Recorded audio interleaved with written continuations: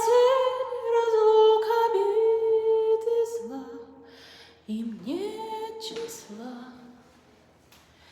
Им нет числа, сквозят из всех щелей в сердцах людей, срывая дверь с петель, круша надежду и внушая страх, крушат ветра, кружат.